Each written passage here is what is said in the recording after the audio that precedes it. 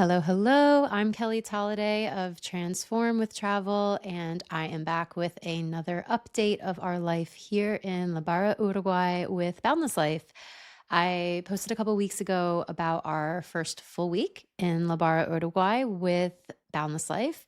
And I had said that I would do weekly, maybe bi weekly episodes, sharing a little bit about our life here, our experience with Boundless Life, and anything that I get questions from you guys. Happy to share. So it's been a couple weeks. The week after I posted, we actually had a short week because we left for Argentina for one of our really good friends' weddings. So it didn't feel like I had too much to share. So I waited a little bit for this episode. For those who are just tuning in, me and my family decided to do a 3-month program with a company called Boundless Life. They have 8 locations all around the world, and it's a little bit like study abroad for families. So they help you get set up with their school, with their co-working space, activities for the parents during the day. They also have accommodation they can help you sort out. So it really is like a very turnkey approach to moving overseas for a short period of time. So some families go for 3 months, some families just go for their summer camps in the summer. Some families even sign up for their 9-month world schooling program. So there's a lot of different ways to approach Boundless Life, which I think is in the name itself. It's boundless. You get to choose. So in week 2, we had our welcome ceremony where all the families had already arrived. We went to the school for the welcome ceremony where we introduced everyone and the kids got to go into their classrooms, see what the rooms look like, meet their teachers. And while they had a little bit of an activity for about an hour, the parents got to listen to a presentation from the head of education, from the GM of the location, a little bit of housekeeping, a little bit of what to expect over the next couple months. But really, it was just a way to start to meet everyone. And then after that, we all the kids and the parents walked to the co-working hub where we had a local lunch and the kids got to play in the family lounge with games and puzzles and all this. And the parents got to tour the co-working center. So that was just day 1. It was very easy step into the program. The next day was a full day of school. And on this day, you could leave your child for the full day or you could pick them up at half day, particularly for the younger kids. And the parents got to check out the co-working hub and start working and start getting into a rhythm. Also on this day, they hosted a workshop called Destination Discovery, and it was about a 2-hour workshop on the culture, what to expect out of Uruguay as a location, La Barra, where to get fresh fish, where to find fresh fruit and veg, more about kind of the housekeeping rules of the hub with the codes and the locking system and the community guidelines. Really, it was just an onboarding session, I guess you could say. So it felt really nice to have settled, get all the information that we need. And then of course the local team is there to help you. So that was the first day. Now, the rest of the families had time to spend the next couple days getting their kids acclimated to the school, but in true Holiday fashion, we left the next day for a wedding. One of Sam's best friends from kindergarten was getting married in Mendoza, Argentina. So we left actually that night after the first day of school. We drove back to Montevideo, hopped on a plane, spent one night in Buenos Aires, then woke up very early the next morning, took another flight to Mendoza, and then we spent 4 nights in Mendoza. And so that was really beautiful to be able to spend time with old friends and people that we haven't seen in a long time. My parents were actually still with us to be able to help us with the kids during the wedding. So it was a really nice experience with my family. We left Argentina, got back to Uruguay on the following Monday, and then the kids went to school on that Tuesday. So they really didn't get that much time to acclimate to the school. But then the next week, they got to have those experiences at the school, and the teachers were so welcoming. They were asking the kids about their time in Argentina, and it felt like a really easy way for them to ease into the school day. They also got to experience the extracurricular activities, the ECAs, that week. So after they had a couple days of school on that Wednesday, Thursday, Friday for all the other families, the next week is when all the extracurriculars start. So on Mondays, the girls are going to art class after school for an hour. And then on Tuesdays, they're doing cooking after school for an hour. And then on Wednesdays, they're going to surf lessons, which is so cool because after school, they all get into the van and they drive to the beach, which happens to be the beach across the street from our house. So we actually don't have to go anywhere. And the cutest little 3, 4, 5, all the way up to 12-year-olds in wetsuits surfing for the first time. It's so cute to watch. But it was really fun with all the parents to hang on the beach and watch the kids and cheer everyone on. They also have jujitsu as well, but we didn't sign the girls up for that. ECAs are totally optional. They're also an additional cost, but we find that it's really worth it to have that additional hour for work, considering that in the morning times, there's usually some activities for the parents like yoga or surfing or some form of like educational workshop like cooking, or we had dance class. So the mornings I kind of reserve for those types of activities. And then I'm able to work a little bit later because the girls are in the ECAs. So you get that time for yourself, and you really get to feel like you're learning about the culture and learning about the land, but then also having a lot of time to be able to work as well. I've been utilizing the coworking hub a lot. They have these great soundproof booths that you can reserve, and I spend a lot of my meetings in there. It's also just nice in between meetings, in between some deep work, getting time to see the other adults that are around, the other parents that are around, having conversations with them, grabbing a quick coffee in the kitchen. So it's really nice feeling like you're in like an office again, but it's a really cool office because it has a heated pool and a view of the ocean. It sounds like there's a lot of activities for the parents during the day, and that's because there is. And some of them are organized by Boundless Life, and some of them are actually organized by the parents themselves. So we've organized like self-organized mom's night at the hub. The dads have organized a night out. We've done dance classes. We've done a lunch at the winery. Some people have organized a paddle. We go out and surf together. So there's a lot of really cool activities that all the parents are doing together. And it really makes your time just feels so much more extended. I'm still getting the same amount of work done. I'm still getting the same amount of hours in, but somehow the days just feel longer and really enriched and fulfilled because we're just adding in all of these really cool enrichment activities throughout the day and getting to do things that we love, or potentially just trying new things and putting yourself out there in new ways. So the things that have surprised me the most over the past 2 weeks, I had high expectations and low expectations. I hoped that it would be everything that I expected it to be, but I also didn't want to get my hopes up too much. I didn't know if Boundless Life sounded too good to be true. And again, we're only 3 weeks in, so I am not going to say that I know everything about it, but I think I'm really surprised just how awesome all of the families are. There's 18 families here. You go into big group settings and you never know, like, how are you going to jive? How are you going to mesh with all these different families from all over the world, all different backgrounds, all doing life in completely different ways? And I will say everyone gets along so well. Everyone's super chill. They're all open to trying new things. So far, like everything has just been so great from a family perspective.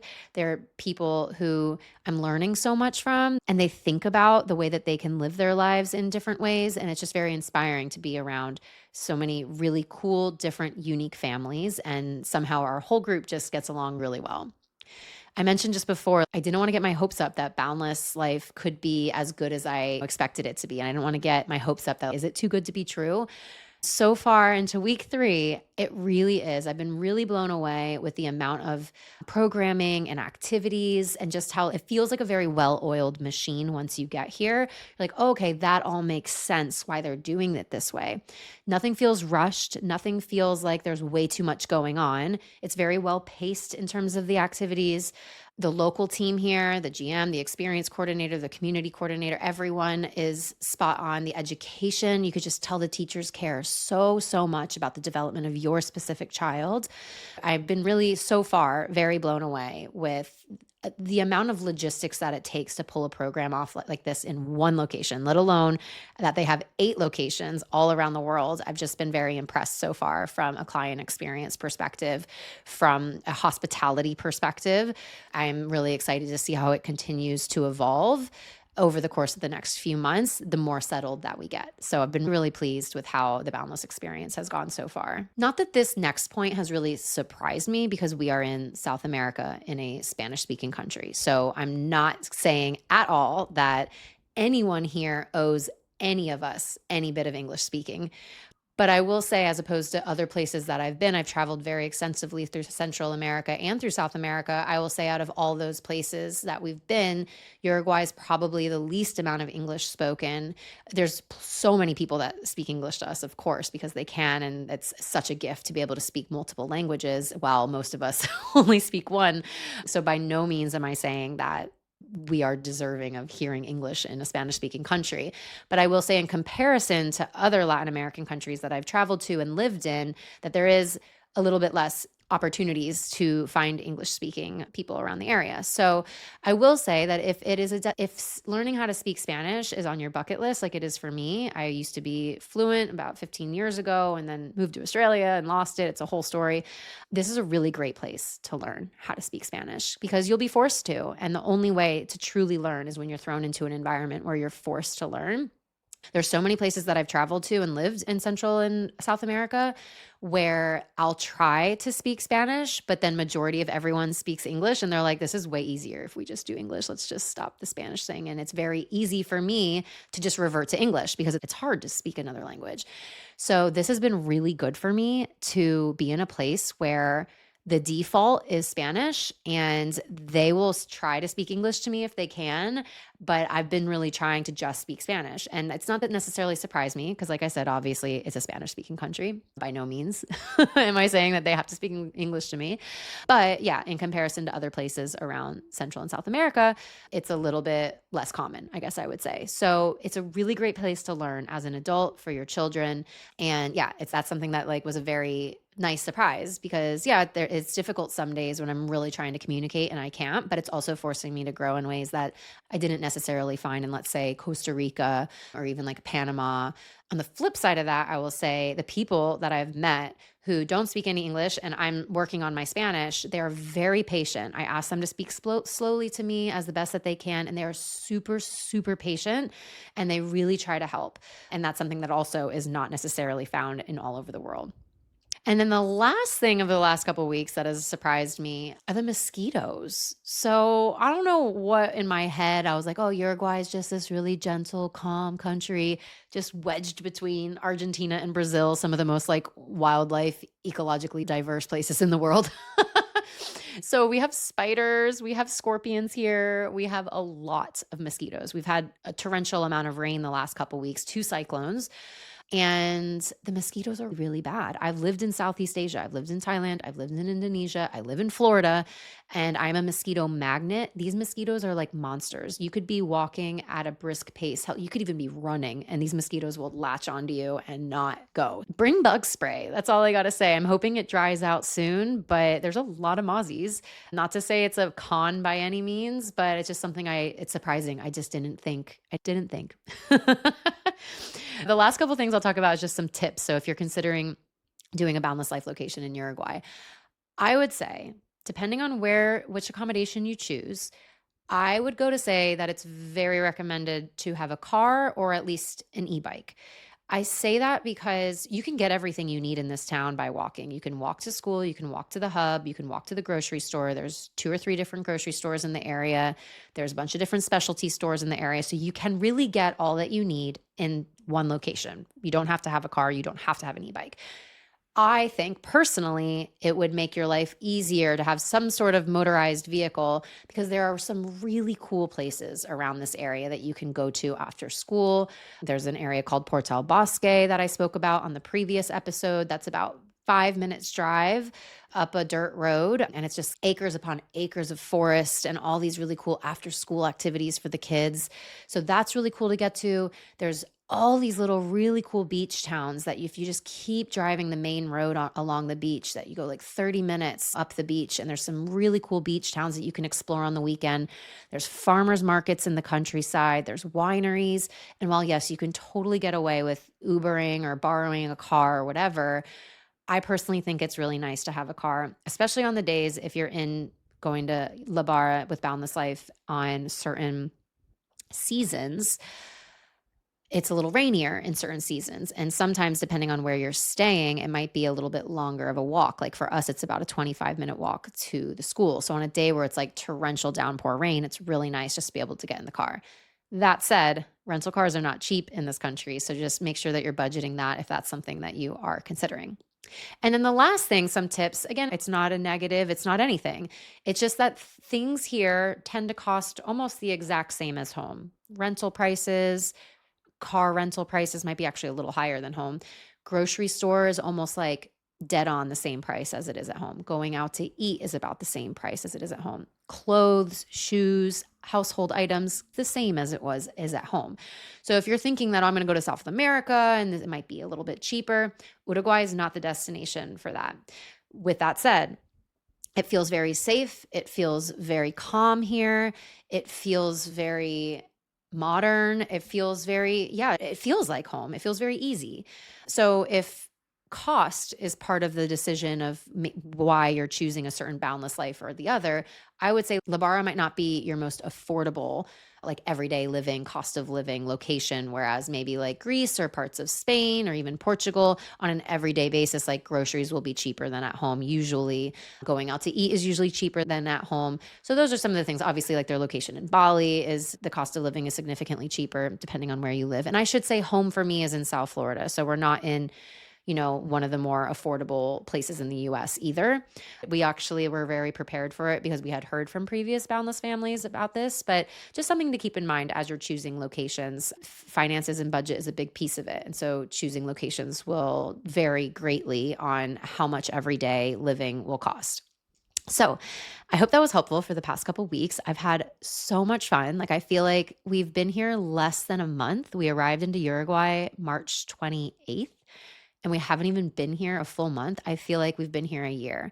Time just seems to really expand and slow. The days feel long, but not in a way where you're like dragging, just can't wait to get to bedtime and get these kids to bed. And then I can go to bed. Like it feels very full. It feels very alive. It feels like the way life should be lived.